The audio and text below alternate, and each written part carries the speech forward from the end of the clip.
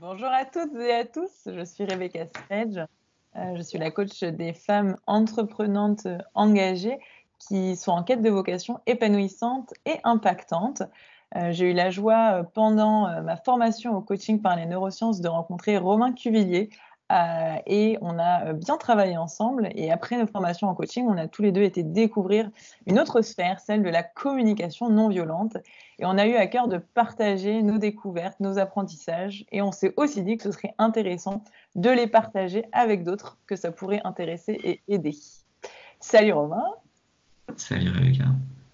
C'est chouette parce qu'on a des énergies différentes, donc on va pouvoir parler d'émotions différentes et d'approches différentes. C'est ce que j'aime beaucoup aussi dans cet échange et dans les collaborations et dans les complémentarités. J'aimerais commencer en fait en échangeant avec toi, si c'est OK, sur ce que c'est que la communication non violente pour commencer, pour toi. Pour moi, en CNV, on va parler de deux langages, le langage chacal et le langage girafe.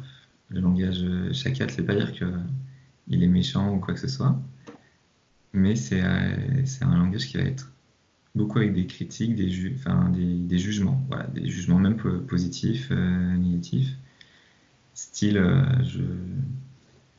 je rentre du travail et je vois ma copine sur l'ordinateur en train de regarder des matchs de Ligue 1 en replay. Et du coup, je vais prendre un exemple un peu pété. Et je lui dis, vas-y, t'es tout le temps sur tes matchs, là, sur ta Ligue 1. C'est bon, quoi. On peut pas partager, on se voit jamais. Bon, il y a un truc exprimé classiquement dans plein de couples. Alors que, en réalité, ce qui se passe plus en profondeur, et qui est plus vulnérable à exprimer, et sur lequel en général il n'y a même pas de clarté dans ce type de cas, si je traduis du coup du langage chacal au langage girafe, ça va être chérie, en fait, j'ai eu une journée de travail difficile, challengeante, et là tout ce dont je rêve, c'est qu'on soit tous les deux sur le canapé à se partager notre journée, à se la raconter, un moment un peu tendre et doux, et voilà, est-ce que tu aimerais qu'on fasse ça? Et donc ça crée pas du tout la même chose chez l'autre, évidemment. Et Marshall Rosenberg, il a une phrase où il dit que le langage chacal, donc les critiques, les jugements, en fait, c'est l'expression tragique de besoins inassouvis. Et donc là, vous voyez les besoins dans cet exemple, là, c'est de connexion, de partage, de s'abandonner, de complicité, plein de choses magnifiques, en fait, qu'on aime tous vivre. Et en fait, les besoins, c'est les élans de vie des êtres humains, tout ce qu'on aime vivre, qui donne toutes ces couleurs à la vie. Nos émotions sont là pour nous indiquer si c'est nourri ou pas nourri. Émotion agréable quand c'est nourri, émotion désagréable quand c'est pas nourri. Et si on exprime juste ça, en fait, c'est du langage girafe du coup, et ça crée énormément de connexions, de liens. Et sinon, on est dans cette expression tragique d'élan de vie magnifique. Et c'est apprendre à petit retraduire dans sa vie de soi à soi. Voilà, c'est ça la CNV pour moi. Et du coup, ça crée des relations beaucoup plus harmonieuses et de soi à soi surtout. Cette traduction, parce que la plupart des jugements, finalement, on s'en rend peut-être pas compte, mais on les a sur soi plutôt.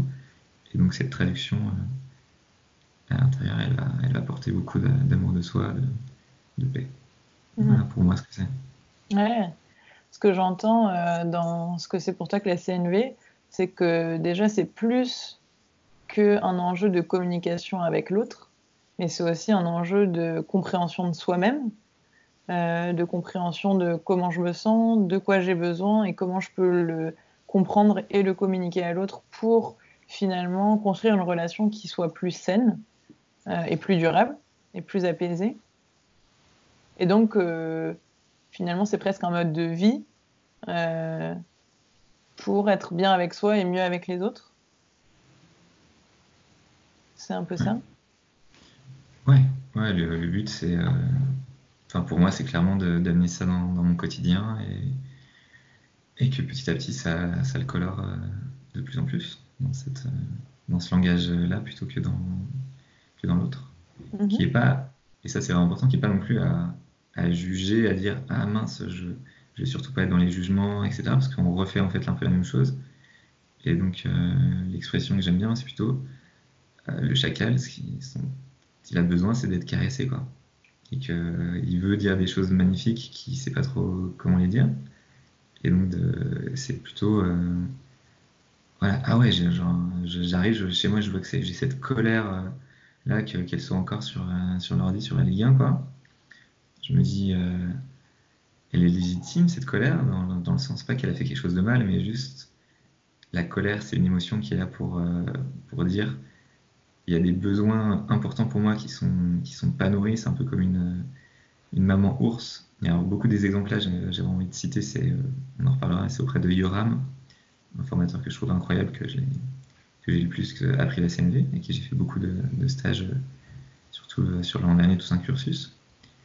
Et donc c'est vraiment la colère, voilà, c'est la maman ours qui est là. Il y a des bébés besoins qui sont pas nourris et du coup elle donne la force, quoi. Après là je peux me dire bon, la colère ça va pas être le truc le plus entendu, donc moi je peux juste entendre en moi et faire ma propre traduction et voir que derrière ce qui se joue, bah, c'est le besoin de partage, de connexion, et qu'en fait derrière ça il y a une tristesse un peu de ne pas vivre ça, et ça demande déjà un certain niveau d'expérience dans vivre la CNV. Et moi cet exemple-là je l'ai pas vécu personnellement ou quoi, mais je sais que les endroits où j'ai déjà apporté de la traduction en langage girafe, bah, je peux beaucoup plus facilement y aller et après exprimer des choses comme ça.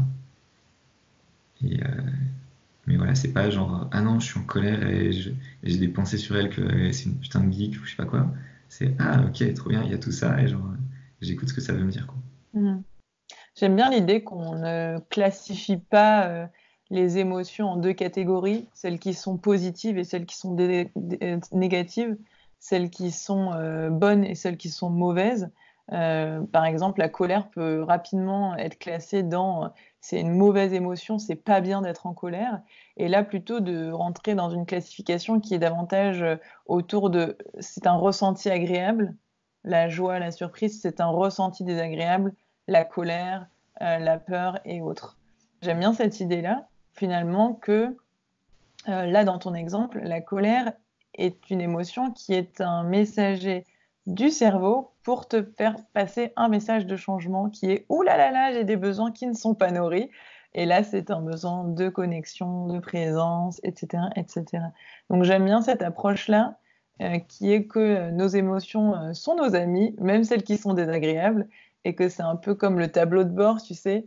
Euh, si on voit qu'il n'y a plus d'essence, l'intérêt, c'est pas de cacher le voyant qui dit qu'il n'y a plus d'essence, mais c'est plutôt de voir qu'il n'y a plus d'essence pour pouvoir aller remettre de l'essence. Les émotions, c'est un peu ça, c'est un peu, il y a un clignotant de attention, il y a quelque chose qui va pas, et plutôt que de le mettre de côté et te dire ouais, non, c'est pas vrai, hein, de regarder ah, ok, c'est quoi qui va pas, ah, c'est tel besoin, et du coup, de venir mettre de l'essence et donc de remplir ce besoin. Si je fais un parallèle un peu bizarre, car je ne suis pas mécanicienne et je n'ai même pas le permis de conduire. Mais en tout cas, j'aime bien cette idée-là que toutes nos émotions sont nos amis. Encore faut-il pouvoir comprendre leur message. Et c'est pas forcément quelque chose qu'on a appris à l'école ou autre, et que c'est aussi une belle initiative que d'apprendre finalement à comprendre nos émotions et à identifier ce que ça vient réveiller chez nous. Comment toi, tu as eu envie de découvrir la CNV? Est-ce que tu as été confronté à une difficulté? Est-ce que ça a été une envie particulière? Voilà, quelle a été l'origine pour toi de la découverte de la CNV? J'en ai entendu parler plusieurs fois. Le premier été où j'étais à l'Espace des Possibles, camping de développement personnel, qui était une porte pour moi derrière laquelle il y avait plein d'autres portes. J'ai lu le bouquin de Marshall Rosenberg, Les mots sont des fenêtres. Et ça, ouais, chaque chapitre, ça me mettait des claques douces, tu vois, mais de waouh. Et je crois que moi, ce que ça nourrit tout de suite de plus beau comme chez moi, un appel vers ça, c'est le côté mode d'emploi pour l'amour inconditionnel. Le côté même, enfin, même un criminel, en fait, Mm. derrière ce qu'il fait, qui est une expression tragique, Mm. il y a aussi en fait des besoins magnifiques et, et de toucher. Enfin, ça faisait longtemps que c'était un fil conducteur, moi, dans mes explorations, quoi, mais de vraiment toucher beaucoup plus concrètement ça, d'avoir un mode d'emploi Mm. pour ça, et un truc, moi, de dire, oh, mais en fait, il n'y a pas de bien, il n'y a pas de mal, quoi. Il peut juste y avoir après des expressions tragiques qui ne sont pas évidemment à chercher à maintenir dans une société, au contraire, quoi. Mais si je vais dessous, par exemple, j'ai envie de te partager un exemple sur ça plus concret. Dans un stage récent, une participante, il y a un truc qu'elle n'arrivait vraiment pas à accepter, à un moment avec sa sœur où elle l'avait frappé, je sais plus, dans l'épaule ou quoi, et elle se le pardonnait pas, quoi. Et ça faisait un moment qu'elle avait essayé d'écouter ça en CNV, et, et donc on était ensemble, et là finalement, il y a eu un moment où elle a touché le besoin qui était derrière. Et ça a fait. Et c'était vraiment pas dans la tête, quoi. C'est vraiment. Elle l'a touché émotionnellement, à quel point, en fait, le respect pour elle, à ce moment-là, a été mais surpiétiné, quoi. Et qu'elle a vraiment pris la mesure de l'ampleur émotionnellement, à quel point son besoin de respect a été éclaté dans l'interaction avec sa sœur. Et que du coup, comme une réponse automatique, quoi, tellement c'était intense, qu'elle n'a pas su contrôler, quoi. Il y a eu le coup qui était parti. Et voilà, elle aime tellement la douceur, la connexion, que c'était impensable pour elle et qu'elle a eu vraiment beaucoup de mal à se le pardonner. Et Mm. mais à partir de là, du coup, elle a pu enfin se pardonner, de voir que, ok, elle n'est pas d'accord avec la violence, mais elle comprend enfin émotionnellement ce qui s'est joué pour elle, et que bah, toutes les personnes qui vont exercer des formes de violence en fait dans le monde, c'est qu'il y a des besoins, c'est complètement inconscient, en général, qui sont pas nourris, mais à la même hauteur que la violence est exprimée, en fait. Mm. Et c'est-à-dire que la violence, elle est déjà, en fait, à l'intérieur, tellement c'est intense. Et, et c'est ça qui. Voilà, donc, des coups, de la violence verbale, tout ça, c'est ça l'origine. Et, Mm. et ça passe par si. Après, enfin, elle, voilà, elle n'a pas remis de coups après tellement pour elle. Elle a tout un système de croyances sur ça qui fait que c'est mort. Donc, mais en fait, de toute façon, elle a beaucoup plus de chances de vivre après une relation apaisée avec elle-même, avec sa sœur et avec le monde, si elle arrive à se pardonner ça. Et il y a Mm. des exemples, là j'en aurais pas, mais où Marshall Rosenberg, il a travaillé aussi dans des prisons, dans des choses comme ça, et avec des résultats incroyables de personnes qui, en pouvant déjà se pardonner elles-mêmes, toucher ce qui se passait, ont pu ensuite être beaucoup plus également dans le repentir, réaliser enfin ce qui s'est passé, reconnecter avec leur cœur, et du coup pouvoir reconnecter avec moi, ce que j'ai fait, et avec la famille de victimes. Ça, c'est ce que je trouve le plus beau dans la scène. Ouais, c'est comme si la CNV partait du principe que l'homme est bon et qu'il n'y a que des besoins qui soient satisfaits et des besoins qui ne soient pas satisfaits. Et que par exemple, l'exemple de violence que tu prends, l'homme n'a pas besoin de violence. Mais la violence est une stratégie maladroite pour remplir certains besoins de respect, de sens, etc., etc. Et donc ça redonne un peu une image bienveillante et positive de la nature humaine, j'ai l'impression aussi. Oui, oui, oui. C'est exactement ça qui est trop beau derrière, quoi. Et c'est pas la CNV qui le dit, en plus, c'est la CNV, c'est l'outil pour aller le vérifier Mm. en soi, quoi. Je peux partir de mon jugement le plus pété en mode ah putain, elle est vraiment habillée comme un sac, elle, c'est dégueu, quoi, tu vois. Oh, merci. Donc c'était pas pour toi d'être bien habillée aujourd'hui, Rebecca. Merci.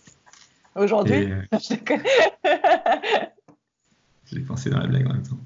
Et du coup, tu vas penser ça, et, et derrière redescendre et voir qu'en fait, juste, voilà, c'est tellement pas dans mes goûts ou quoi, que c'est con, mais ça, je me sens moins proche, ça m'énerve et je me sens moins proche, et que derrière, pourquoi ça me surénerve en fait? Parce que des fois, on a des réactions comme ça, alors un peu fortes, quand on se dit putain, mais je suis un monstre.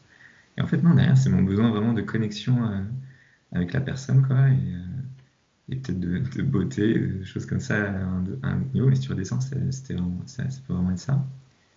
Et, et ouais, et à chaque fois, en fait, tu veux toujours partir de. Ça me fascine comment à chaque fois, quand je vais aller dans ces explorations, je pars d'un truc qui est du coup un peu douloureux, parce que c'est un jugement que j'ai soit sur moi, soit sur quelqu'un d'autre, mais ce qui va être douloureux, alors c'est je me juge d'avoir un jugement comme ça.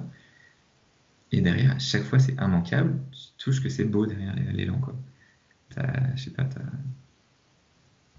j'ai pas d'autres raisons comme ça là, mais tu me dis, tu penses qu'il y en a besoin, mais en tout cas, moi, c'est magnifique, quoi.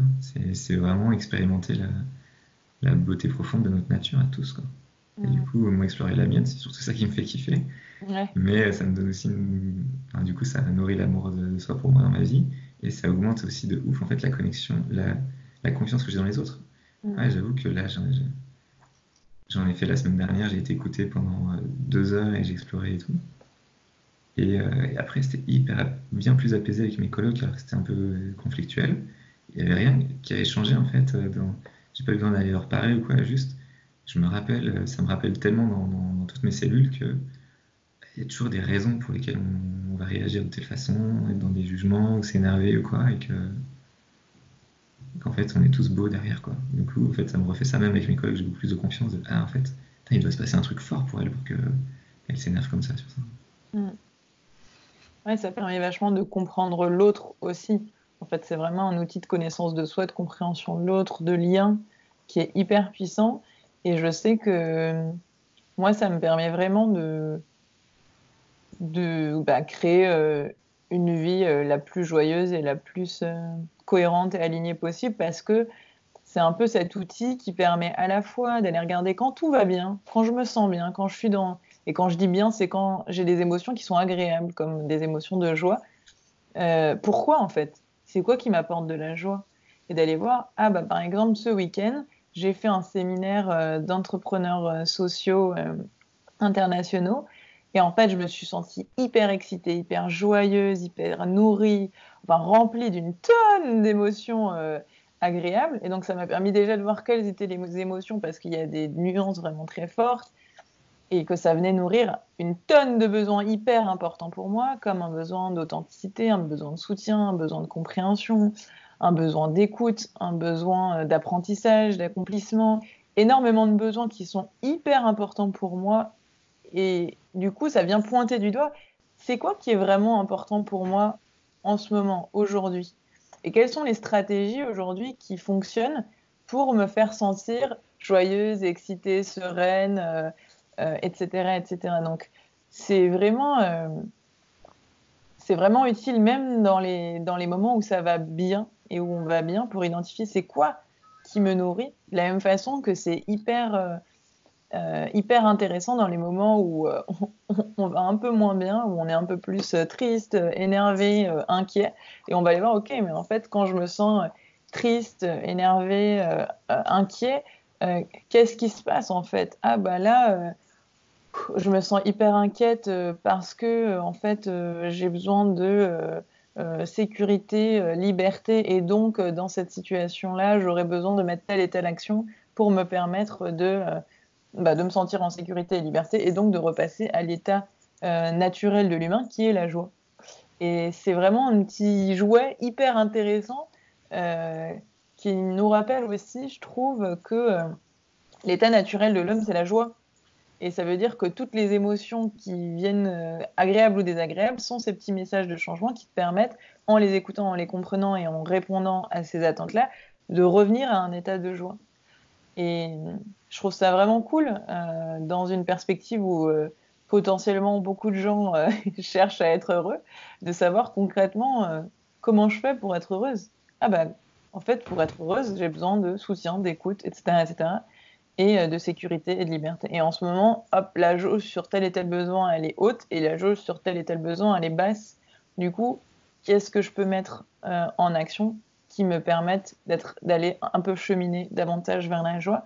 Et c'est là où on fait peut-être le lien avec le coaching, où c'est plus sur la mise en action, après une prise de conscience, une acceptation, une compréhension de soi, qui est vachement facilitée par la CNV. Comment tu le vois, toi, ce lien entre... Est-ce que, en fait, j'étais intéressée parce que en début d'échange, tu me présentais le coaching et la CNV comme des choses que tu voyais différentes. Et en fait, moi, j'ai un peu une approche de l'accompagnement, de l'aide, et avec plein d'outils différents. Et pour moi, la CNV est un outil qui me permet d'accompagner, d'aider, etc. Et du coup, je me demandais quelle était ta vision, toi. Est-ce que tu différencies coaching et CNV? Est-ce que pour toi, ça a des finalités différentes, similaires? Voilà, je serais curieuse d'avoir ton regard là-dessus. Pour moi, ça se rejoint à plein d'endroits comme ce que tu as évoqué là. En CNV, ça va être là pour remettre d'ailleurs un peu juste certains. Les éléments de base de la CNV, c'est observation, partir de quelque chose sur lequel on est tous d'accord. Il s'est passé ça quand tu es face à l'ordinateur, alors que moi j'ai l'attente qu'on passe un moment ensemble. Après, c'est émotion, besoin dont on a bien parlé. Et la dernière phase, c'est demande, soit à quelqu'un, soit à soi. Et du coup, c'est le passage à l'action pour nourrir le besoin. Donc là, effectivement, le coaching va être ouf pour toute cette partie-là. La CNV pour avoir plus de clarté sur ce qui se passe. Donc tout est au service, effectivement, du bien-être de la personne. Après, pour moi, il y a un côté, genre la CNV, c'est yin, le coaching, c'est yang. Mhm. La CNV, c'est j'écoute ce qui se passe en moi. Par exemple, si je me dis ah là, je prends un exemple dans un stage de coaching il n'y a pas longtemps où j'ai dit ah mais je sais pas, là, j'avais le cerveau embrouillé, et mais je me sens un peu con là. Et lui il m'a fait le coach. Ah bah très bien, si tu veux te faire des jugements comme ça sur toi, vas-y quoi. Et donc pour moi la CNV c'est quoi le message magnifique derrière mais je suis con comme ça, tu vois, et de descendre et tu peux toucher un truc trop beau qui te réconcilie à toi. Donc, c'est mettre de l'amour sur nos croyances. Celle où on se dit à ce moment-là, celle-ci, elle est un peu con, elle est challengeante pour moi, elle peut être limitante. La CNV, ça va être mettre de l'amour sur cette partie de soi qui s'exprime à ce moment-là. Et c'est toujours à notre service, en fait. Mais voilà, aller voir le beau message derrière. Et le coaching, pour moi, il va plutôt utiliser l'autorité, au fond, qui est aussi de l'amour. Il y a besoin, dans l'éducation d'un enfant, il y a besoin d'amour et d'autorité, par exemple. S'il n'y a pas cette composante-là, donc c'est pas une autorité abusive ou quoi que ce soit, au contraire, mais donc une autorité qui fait que je peux aussi, en fait, choisir de pas, de plus donner cette même importance à cette croyance qui vient du passé, en fait, qui m'a servi à un moment et qui me sert plus aujourd'hui. Et donc, il y a vraiment plein de fois où c'est plus avec ça que j'arrive à, à avancer, tu vois, à me demander, mais c'est vrai ça? Ou est-ce que je veux vraiment croire ça? Et hop, ça l'apaise déjà vachement, et c'est pas un truc genre violent du tout, quoi. C'est hyper genre je sais pas, le parent ferme qui vient calmer l'enfant sur un truc, là, genre, et l'enfant il peut choisir, quoi. Est-ce que là j'ai encore envie de continuer à faire un peu, à crier sur ça ou quoi, parce qu'en fait, là c'est bon, quoi, j'ai été reconnu dans ça, et je peux repartir jouer, quoi. Donc autorité, amour, et ces deux, du coup, ouais, c'est hyper différent. La CNV, c'est vachement aussi dans la lenteur, dans laisser complètement ce qui est, et il n'y a vraiment rien à changer. Et le coaching, c'est vachement dans, ok, on, on y va, quoi. C'est très action, il y a une certaine rapidité, et on cherche au contraire à faire, ok, ton émotion, elle te dit ça, attaque, à faire changer les choses, à faire évoluer. Il y a beaucoup cette énergie-là dans le coaching, pas que, mais voilà, pour moi, un peu les. Et du coup, elles peuvent trop bien se compléter. Mais moi, je suis dans ce chemin, en fait, de réunir les deux Mm. en moi, dans ma pratique. Et je trouve que c'est pas toujours si évident. Des fois, je pars dans une écoute empathique, mais le rythme est tellement plus lent que le coaching, demande parfois beaucoup plus de temps, quoi, surtout si c'est nouveau pour la personne. Et donc voilà, sans pression, j'intègre petit à petit les choses différemment. Et pour l'instant, c'est hyper dominant coaching dans l'énergie mes séances par rapport à CNV. Mais après, la CNV, ça me colore énormément dans l'accueil que j'ai de la personne telle qu'elle est, dans la compréhension de ce qui se vit pour elle. Enfin, il y a plein de choses ça sont déjà intégrées pour moi. Est-ce que tu peux développer ce que tu disais sur le yin et le yang? C'est-à-dire que c'était CNV plus yin et coaching plus yang. Ouais. Est-ce que tu peux expliquer quelles sont les énergies derrière yin et yang?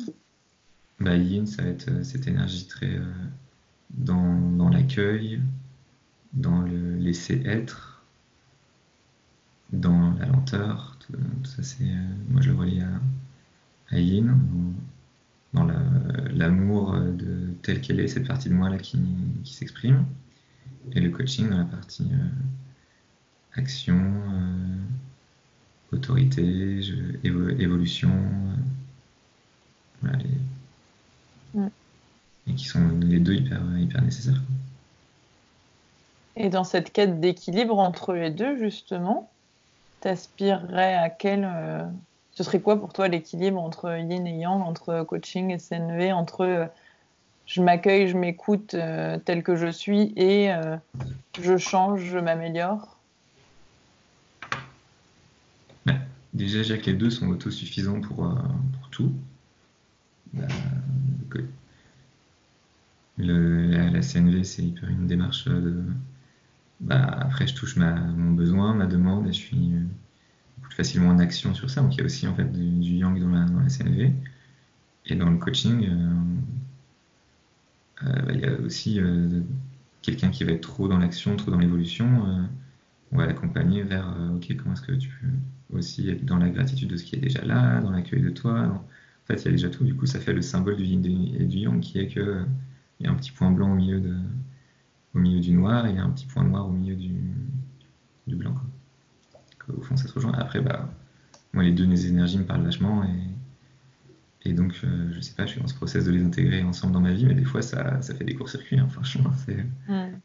Et en même temps, c'est un process d'apprentissage, c'est normal.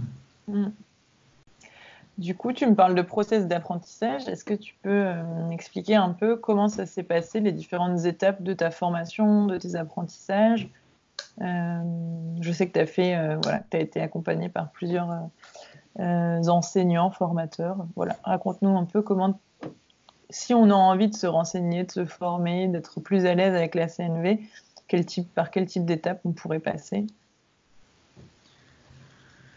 Moi, j'en ai testé quelques-uns. Et j'ai un énorme coup de cœur pour Yoram, qui pour moi, non seulement il transmet de manière pédagogique hyper bien la CNV, mais il a une incarnation dans qui il est, qui pour moi est hallucinante, trop belle, trop inspirante, et que j'ai pas trouvé ailleurs. La toute première fois que je l'ai rencontré, il n'y avait aucun masque. On commençait un truc, on était 50 et on était parti pour 5 week-ends. Et il avait l'air triste. Et il a juste dit tout à l'heure, j'étais avec les assistants et je me disais, mais qu'est-ce que je fais là, quoi? Et on commence un truc comme ça. Wow. Il y a une ambiance au début où personne ne se connaît. Et il a continué, regardez. En fait, je me demande vraiment ce qui se passe derrière les visages de chacun. Là, j'ai envie que déjà de la connexion qui se crée. Et en moi, ça fait un truc de hyper. Ça s'est apaisé de ouf en termes de. Mais je peux vraiment être pleinement qui je suis, ce que je vis. C'est ok, quoi. Vu que lui, je le vois comme ça, s'autoriser dès le début d'un stage à être aussi vulnérable. Du coup, je peux l'être aussi, quoi.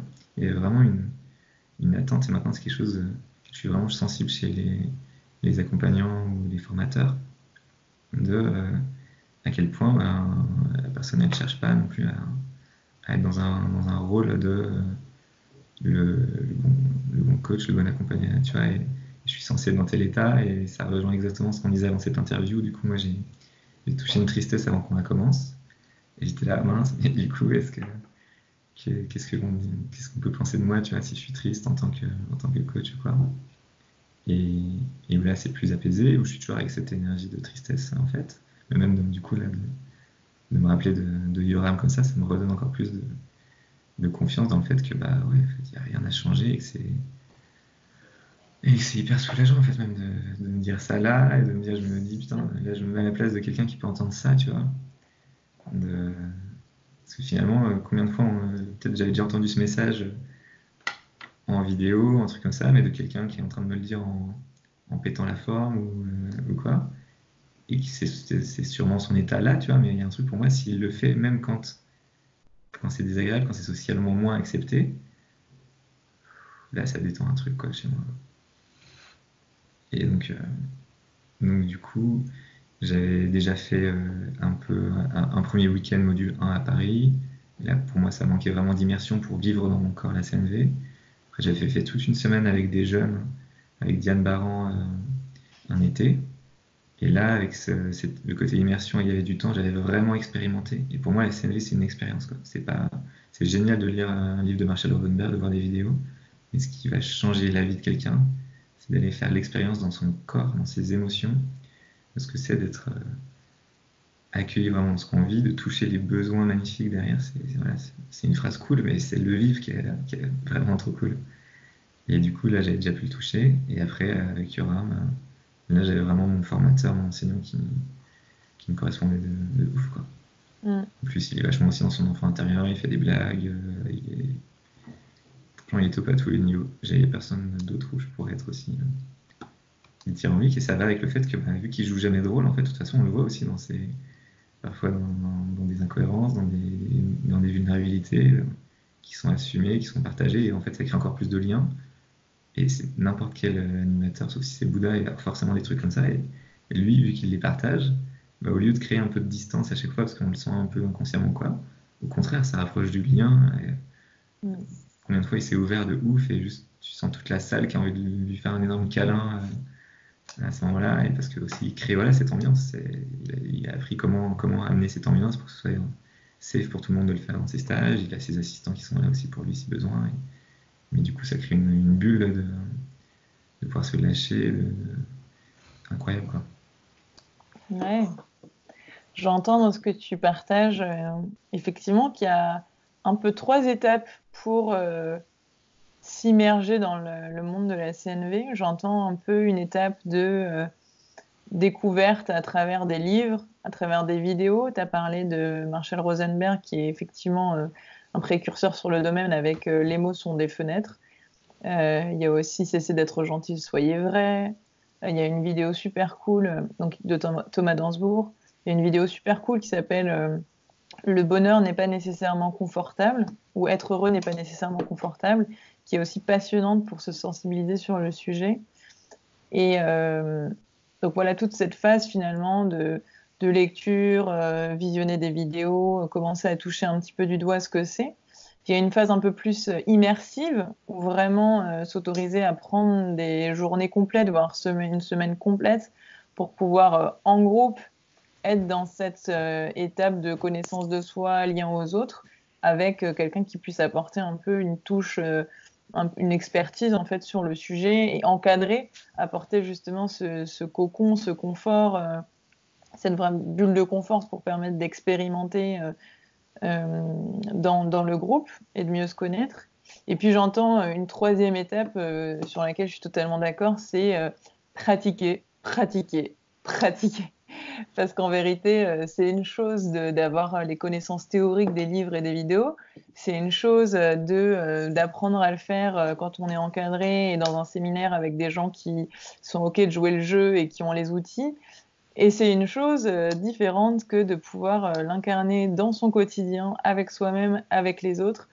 Et la formule, la méthode CNV est plutôt simple dans l'exécution, observation des faits de façon objective, regarder quelles sont les émotions qu'on ressent, quels sont les besoins qui sont nourris ou qui ne sont pas nourris, et puis faire une demande pour impulser un changement. C'est quelque chose qui finalement se résume assez rapidement, assez facilement, mais on se rend compte dans la pratique que c'est hyper subtil et que rapidement une petite croyance peut arriver, un petit jugement, une petite procrastination, des peurs, etc., qui en fait font que la CNV, c'est vraiment un art de vivre et qui se pratique et s'améliore de jour en jour, parce que même si la méthode est simple à comprendre, ça reste hyper subtil de pouvoir se l'approprier et de pouvoir se comprendre, et puis aussi de pouvoir, je sais pas ce que tu en penses, mais pour moi c'est une étape vraiment plus difficile que de pouvoir l'utiliser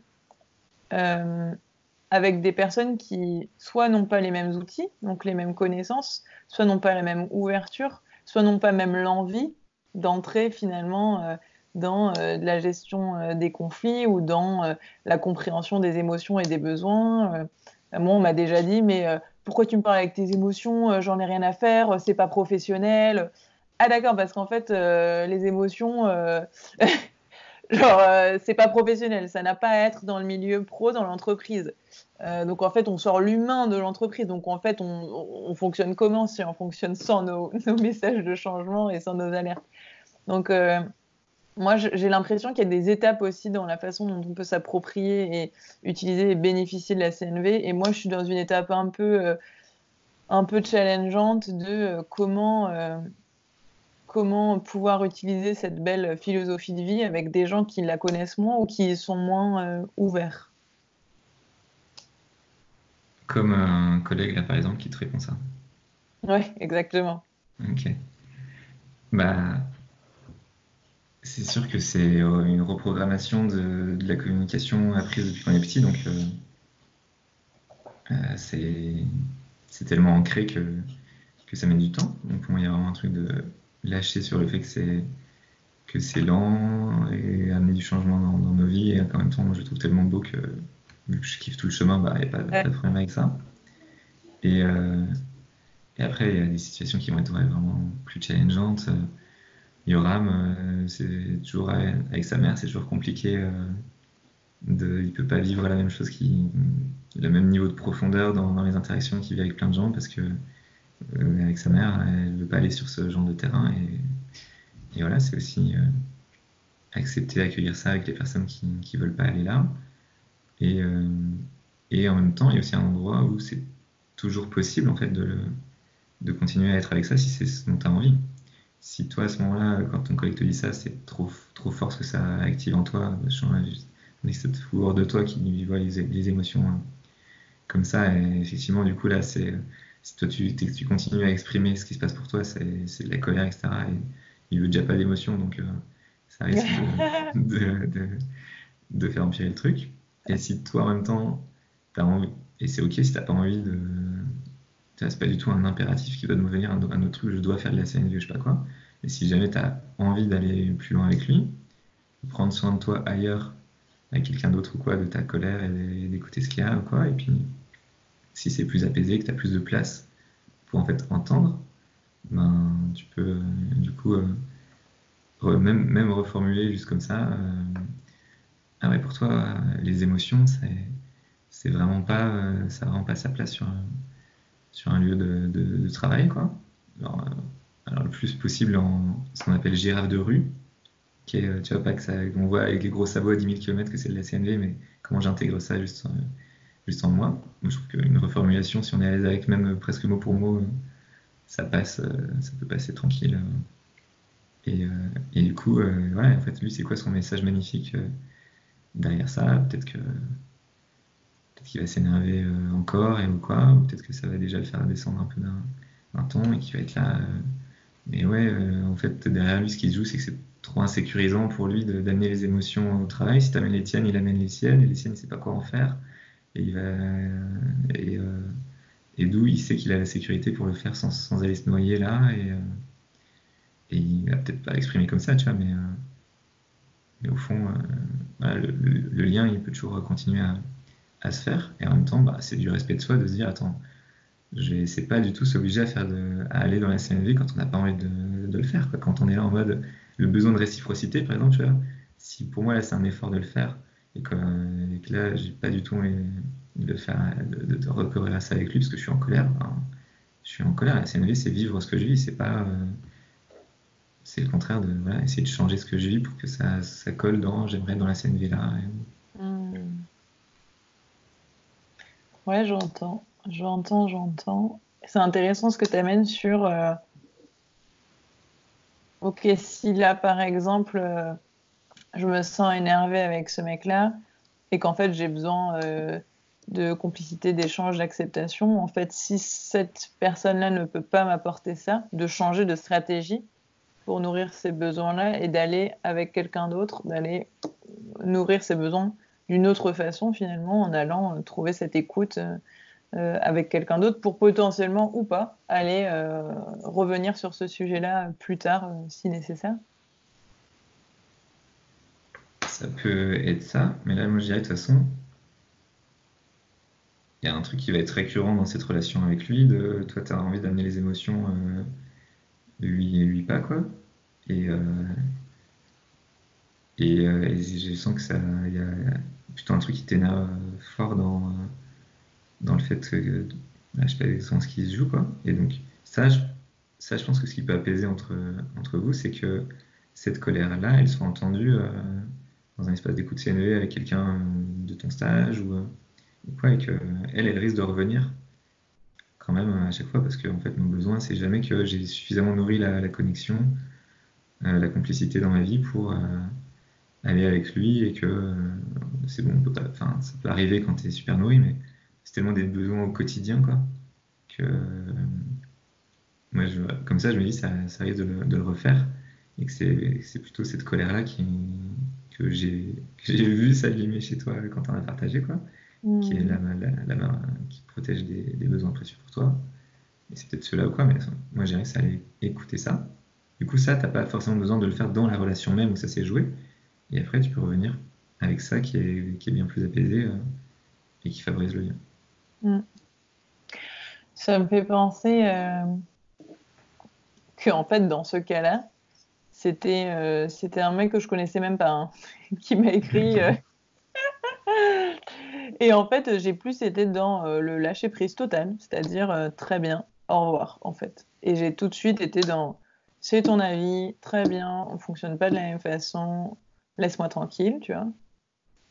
Ce que je regrette absolument pas, j'ai pas manqué de respect, j'ai respecté son avis et moi j'ai fait ma vie par ailleurs. Ce qui quand même interroge sur un, le vivre ensemble. Est-ce qu'on peut et qu'on gagne à être en relation avec des gens qui peuvent nous être toxiques, etc. Et deux, où mettre son énergie? Parce que là, tu vois, c'est quelqu'un que je connais pas, qui se permet de me contacter comme ça et qui, j'essaie de lui expliquer que je suis pas très intéressée pour échanger et machin. Donc, il y a un moment de, je choisis de ne pas mettre mon énergie là-dedans aussi. Donc, c'est les deux questions que le cas, moi, me lève. Je sais pas Bah, si ça fait résonner des trucs chez toi. bah, pour moi, je trouve ça top, là, comme tu l'as fait, que ça semblait aligné avec toi. Et oui, pour moi, c'est sortir de toutes les injonctions possibles qu'on peut se mettre avec la CNV, puisqu'en fait, on a tellement des envies d'harmonie dans nos relations, de trouver ça beau, de chercher à quand même entrer en connexion avec quelqu'un, même si c'est difficile ou quoi. En même temps, si c'est pas bon pour toi, c'est pas bon pour toi, quoi.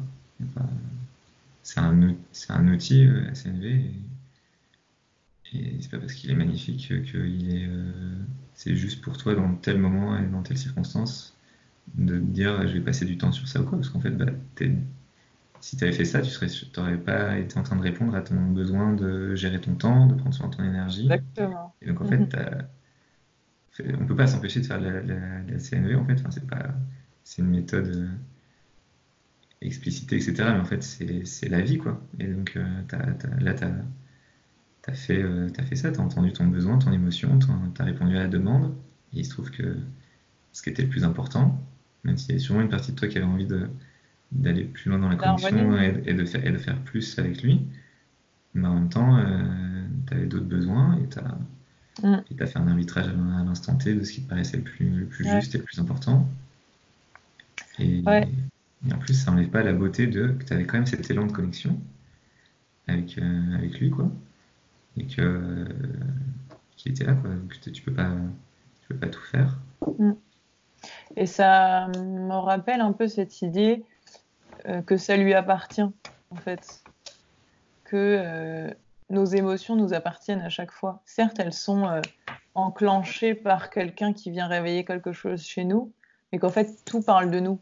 Et c'est ça que je trouve passionnant dans la CNV, c'est que quelqu'un qui va nous énerver, quelqu'un qui va nous faire peur, ça va toujours nous parler de nous et ça va toujours nous apprendre de nous, en fait.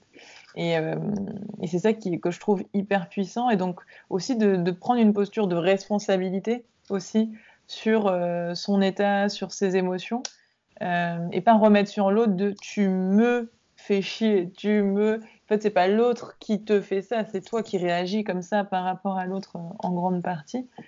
Et de la même façon, si quelqu'un est en colère après nous, ça lui appartient aussi d'une certaine façon, parce que ça vient réveiller certaines choses chez lui ou chez elle.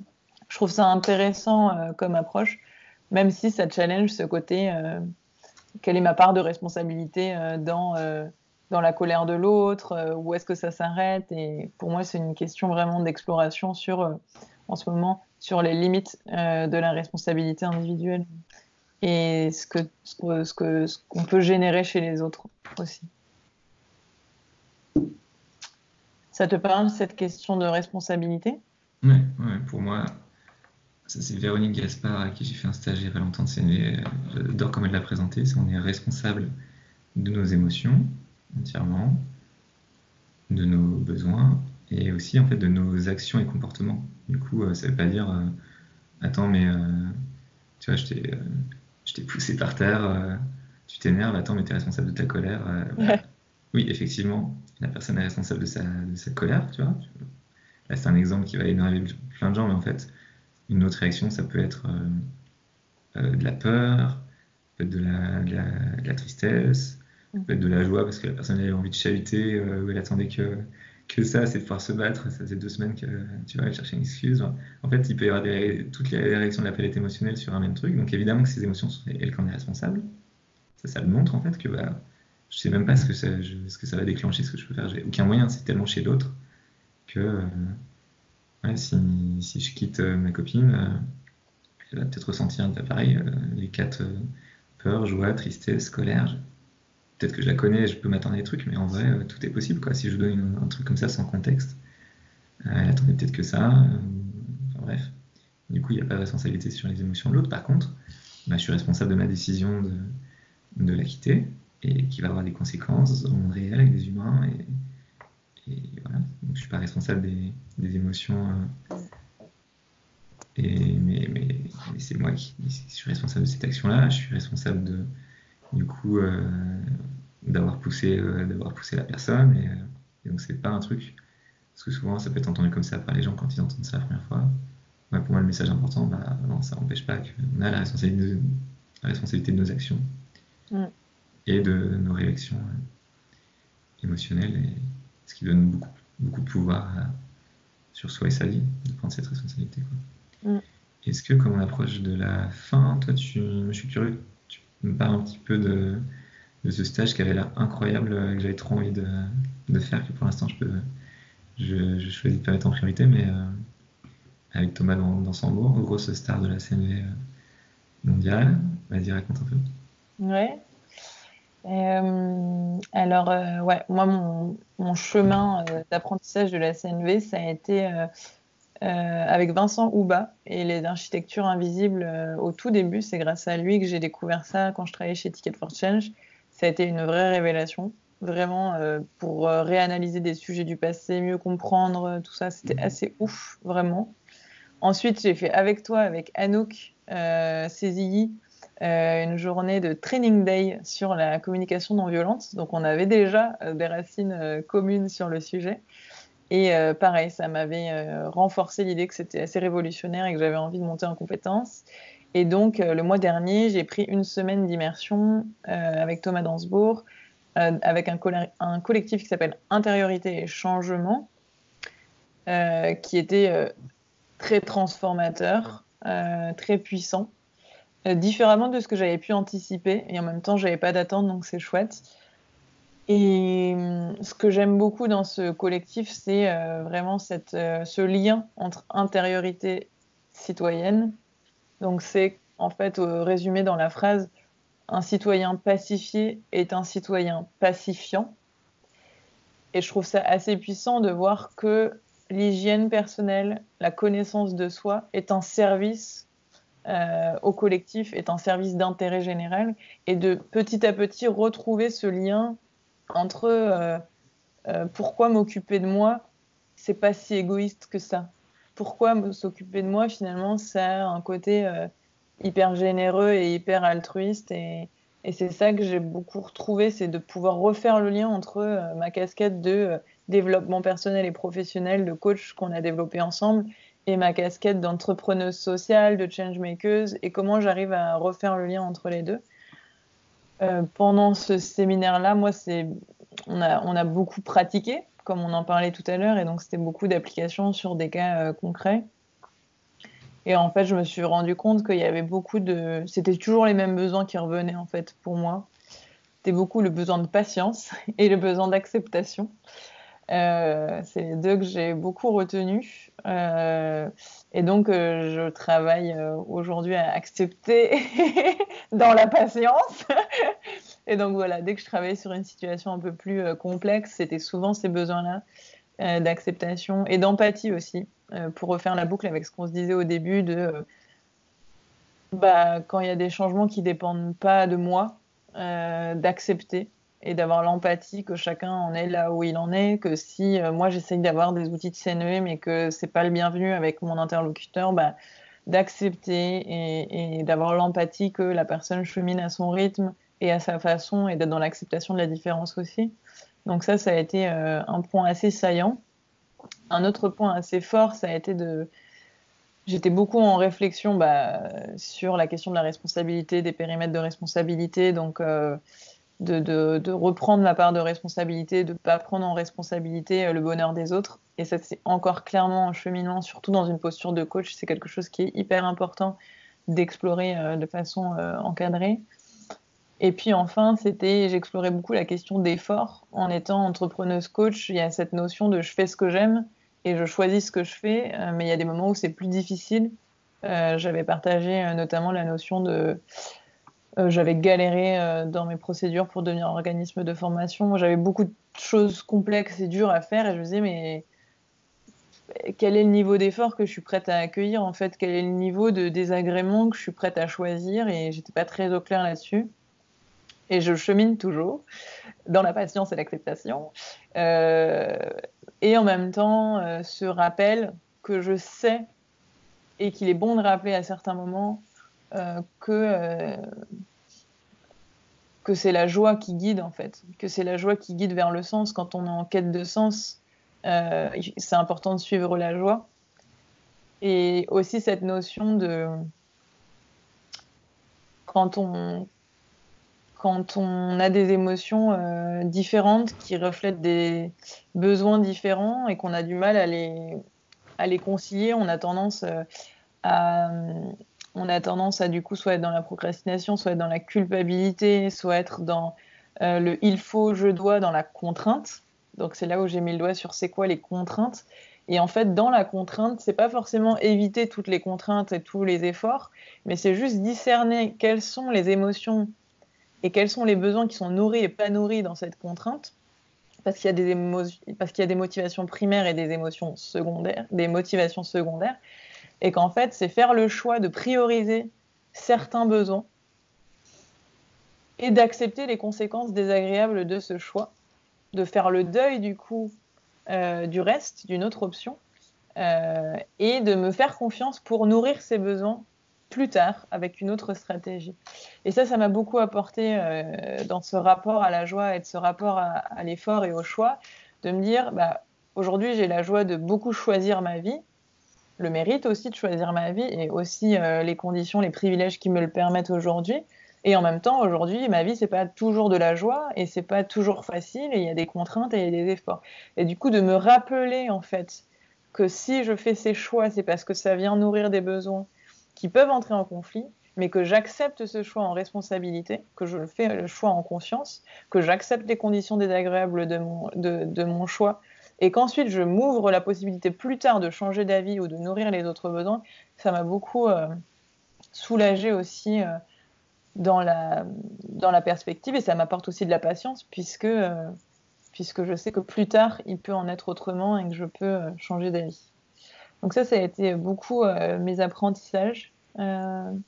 Et que j'ai parfois appris en dehors du contexte, c'est-à-dire en dehors de ce qui était prévu, parce que, hop, conflit avec quelqu'un et bam, c'est ce qui va réveiller le plus gros chagrin et qui vient réveiller le plus de besoins et qui vient réveiller, ah, qu'est-ce qui s'est passé dans l'enfance qui fait qu'aujourd'hui je pleure quand il se passe ça. Ah, en fait, c'est ça.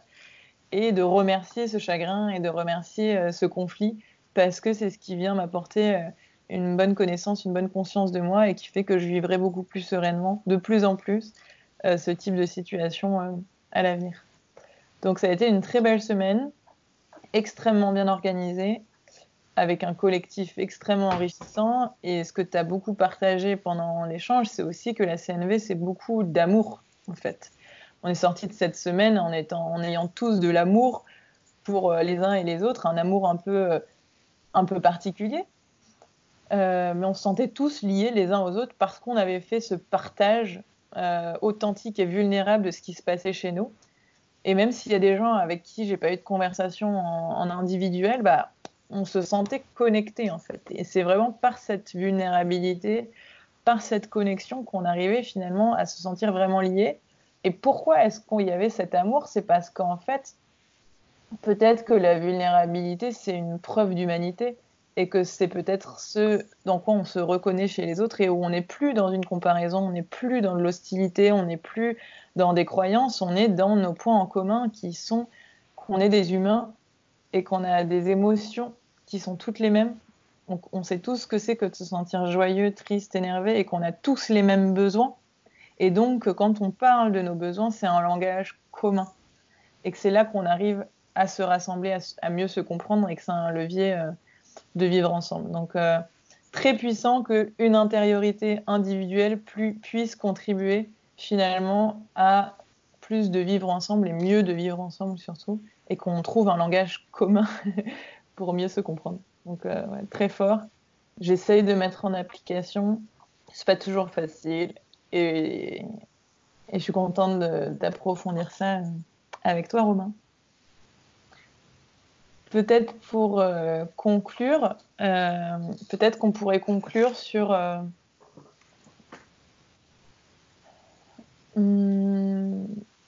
j'aimerais un peu réfléchir ensemble à qu'est-ce que ça nous a apporté la CNV, quel message important on avait envie de partager euh, en, en explorant la CNV, pourquoi c'est important pour nous, peut-être en conclusion d'explorer un petit peu plus, ou pour résumer, ou répéter des choses qu'on a déjà dites sur pourquoi la CNV, c'est quelque chose d'assez fort pour nous. Ça te parle? Ouais. Bah, après, ouais, j'ai l'impression d'avoir dit les choses importantes sur ça, mais si je résume pour la fin, avoir une conclusion. Déjà, en fait, j'ai juste envie de partager que ça m'a touché quand tu as parlé à la fin de toute l'humanité qu'il y avait et que nos besoins, nos émotions, on a les mêmes, c'est ce langage commun, ça m'a fait des petits frissons, j'ai trouvé ça très beau. Et donc, bah, en fait, le mot-clé pour moi, c'est amour, clairement. Je pense qu'on aspire tous à vivre la joie et l'amour. Et que après le mode d'emploi de comment est-ce que je vis de l'amour alors que là, pour l'instant, je vis de la frustration, de la colère, des émotions qui sont justement là. C'est important qu'elles soient là à ce moment-là pour pas qu'on ressente de l'amour, parce que sinon, ça peut se mélanger après, évidemment. Mais je sais pas, il y a un truc difficile avec la colère, c'est le côté déconnexion que ça fait de l'autre, quoi. Pour pour moi. Et en fait, voilà, maintenant, je vois que c'est juste une voie pour justement, si j'écoute la colère, si j'écoute ce qu'il y a dessous, je retrouve l'amour de moi, des autres. Et donc, voilà, pour toutes les personnes qui se reconnaissent dans cette quête-là, qui veulent plus d'amour d'elles-mêmes et dans leur vie, et qui en même temps, à chaque fois qu'il y a ce message-là qui est chrétien, qui est ancien et qui est beau en fait, aime ton prochain, tu vois, qui mine de rien est vachement, je trouve, là dans la société, en nous. Bah, t'étais là, mais ok, mais comment je fais, putain? Et bah, la CNV, c'est une des réponses, et donc, si ça vous a parlé, allez-y, allez explorer ces voies magnifiques. Ouais, ça me parle beaucoup, ce passage de l'Ancien Testament, pas si chrétien que ça, aime ton prochain comme toi-même, qui est intéressant à étudier, parce que du coup, ça renvoie justement à ce message de si je ne m'aime pas, alors qu'est-ce qui se passe avec mon prochain? Et si je m'aime, alors qu'est-ce qui se passe dans ma relation aux autres? Et je trouve que c'est extrêmement pertinent de citer cette partie-là. Je ne sais pas si on dit verset, je ne sais pas comment on dit, mais en tout cas de citer cette phrase-là. Attention, C'est ta langage pro, court. si t'es hyper confiante, personne ne va vérifier. C'est Tu sais ça, très bien que c'est le verset 457 de l'Ancien n'est-ce Testament. pas?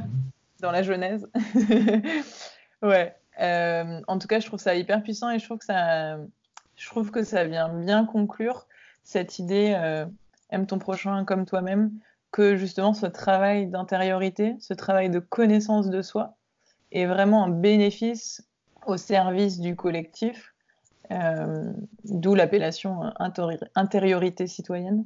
Et, euh, et que la communication non violente, c'est vraiment un état d'esprit, un mode de vie, une philosophie qui permet finalement de mieux se connaître pour mieux s'accepter, mieux s'aimer et finalement mieux comprendre, mieux aimer les autres et donc contribuer à une paix intérieure, à une paix collective.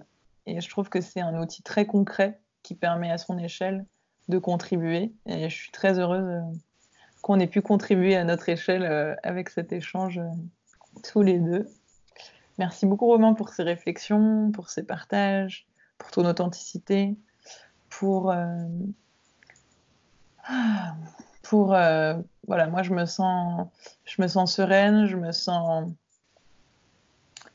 sens fière et je me sens rigolote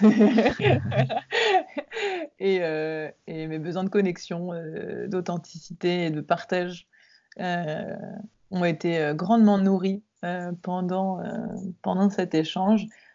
J'ose espérer que ce sera le cas d'autres personnes.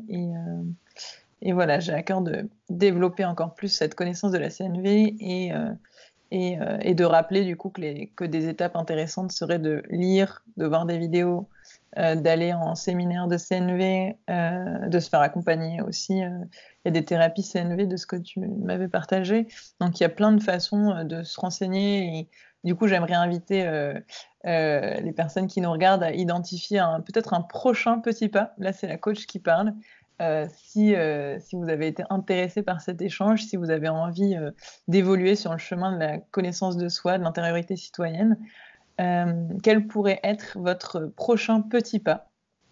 Est-ce que ce serait lire un article, voir une vidéo, en parler avec quelqu'un, essayer de mettre en pratique cette observation objective des faits, des émotions, des besoins et de faire une demande de changement? Voilà, d'essayer d'explorer un tout petit pas, de partager cette vidéo à quelqu'un à qui ça pourrait être utile, d'explorer quel est le prochain petit pas après cette vidéo qui pourrait vous aider à cheminer par rapport à de potentielles prises de conscience ou inspiration ou désagréments ou autres qui auraient pu être générés par cette vidéo. Est-ce que Romain, tu veux ajouter quelque chose pour terminer ou est-ce que tu as dit tout ce que tu avais envie de partager? Merci d'avoir proposé ça, d'avoir rebondi sur ma proposition de lancer à toute notre promo pour faire une interview. C'était trop chouette de pouvoir te revoir dans ce contexte-là, quoi. Carrément. Merci beaucoup Romain et au revoir à tous.